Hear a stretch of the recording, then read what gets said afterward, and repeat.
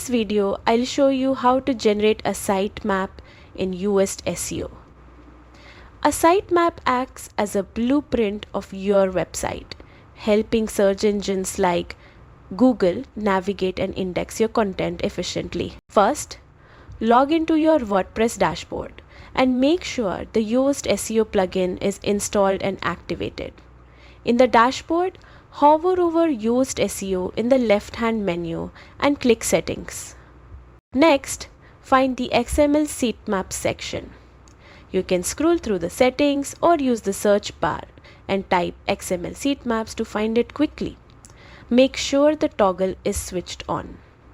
This enables Yoast to automatically generate your sitemap. Once enabled, Yoast SEO will create and update your sitemap automatically whenever you add or remove posts or pages. This ensures that search engines always have an up-to-date view of your site structure, helping improve your search visibility. And that's it!